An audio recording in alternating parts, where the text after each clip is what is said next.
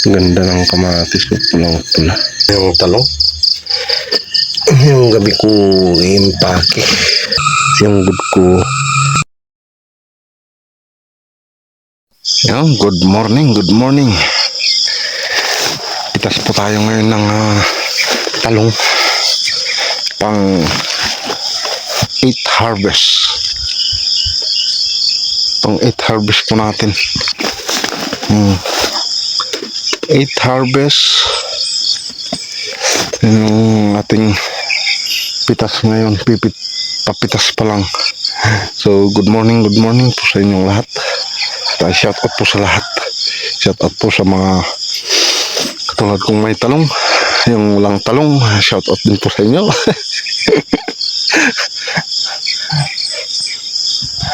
So ito yung ating pipitasin ngayon. Ayan o. Pitas tayo pero parang ayan o, tulad po nito parang ilan lang yung ating mapipitas. Ito no, ano, pa isa-isa lang po yung mga bunga. Yung kaunti siguro yung ating mapipitas pero at least man lang meron. Ano, ito mga wala pa, liliit pa.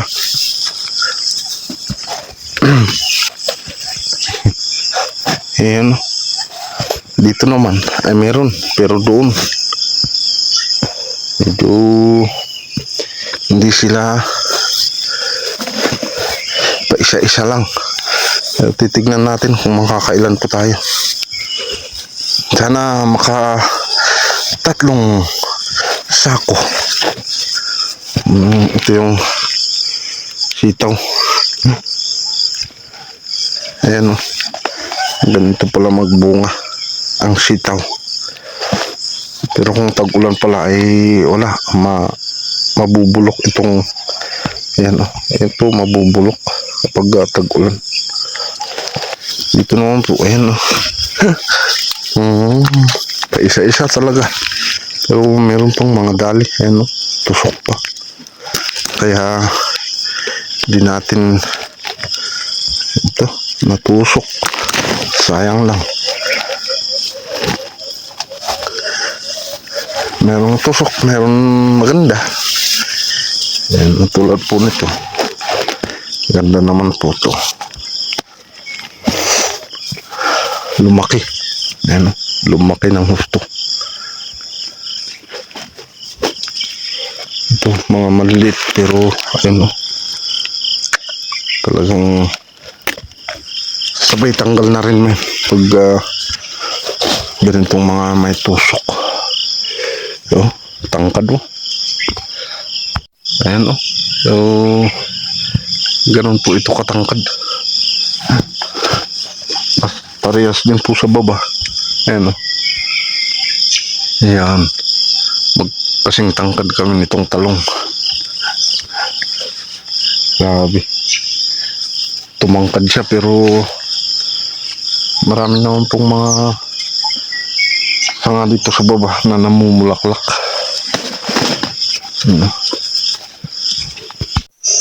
So ito po yung aking pitas dito sa nauna kong tinanim. Ayan, ubos na po talaga yung mga bunga. Ay, ubos talaga yung mga bunga. Yung mga bulaklak na ang pasunod. Yan o, mga bulaklak na yan, ubos na talaga. Kaya itong dalawang tigkakalahating sako lang. Ayan o, dalawang tigkakalahating sako, tapos di ko pa napitas yung nasa baba. So ito muna yung aking natapos. Yan palang ang hihintayin po natin. Kaya may mga 5 days or 1 week siguro. Ay sana makalaki yan para sa may mapitas po tayo kahit konti sa pang-5 araw dahil ang ating gawa every 5 days. Meron naman pong mga pasunod na bulaklak. Ayan. Yan yung mga bulaklak na susunod.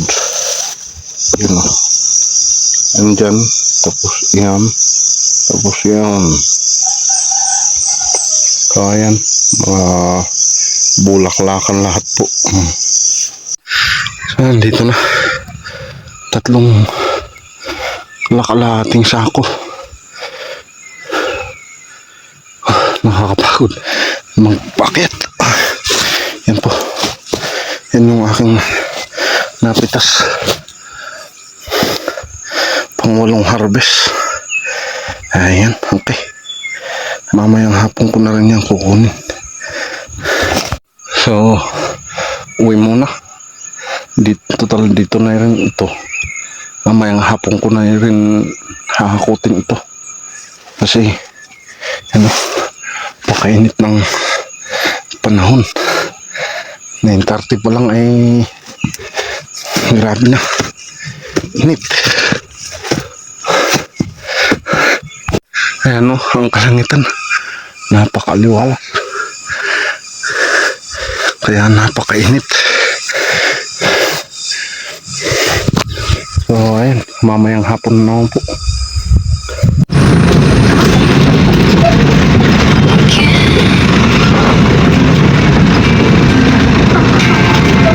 Been stronger than I knew, weaker than I planned. Try to hold the world together with my own 2 hands. The moment I let go of control.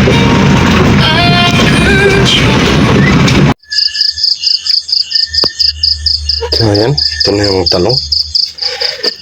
Yung gabi ko impake. Ayan. May alikabok lang po. Ganda naman ng kanyang mga tangkayo. Green na green. O calyx.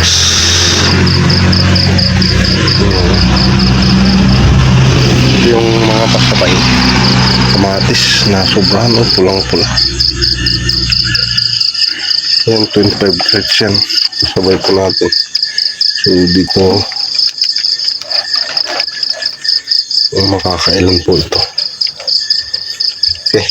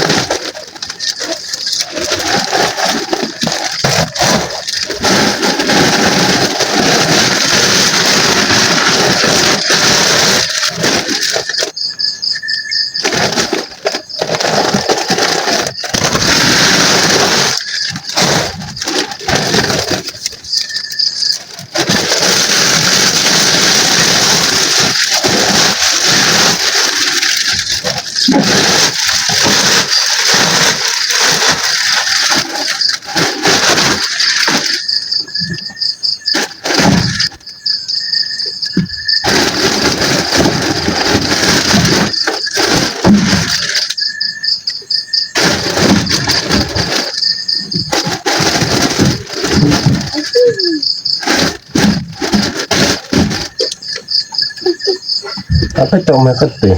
May mesama lang nga mga namin. Tingnan. Ay, agblog-vlog ka? Sana. Agblog-vlog ka, kitang busy ko. Gusto ko na. Kitang, ala, okay, may samusik ko.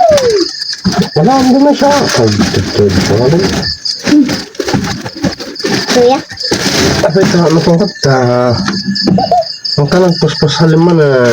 Ayan. Uy, you are paspasaling. Yeah. Apa ito, apang kagkata. Asin na. Ni, amang pagkabilak kita, tawag na siya. Ay, yan. Ito. Pakasya mo. Napuno. So, ayan. Ito po yung ating good. Yun, dalawa. Yan po yung semi. Yung isang yan. Ayan. Kaganda. Pero, nagmura na ang presyo.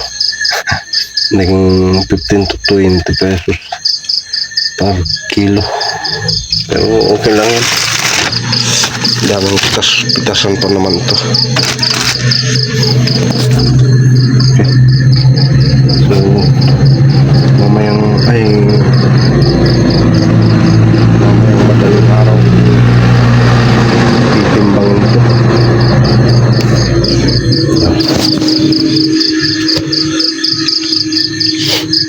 Ito yung pang-ulam. Ayan yung talong.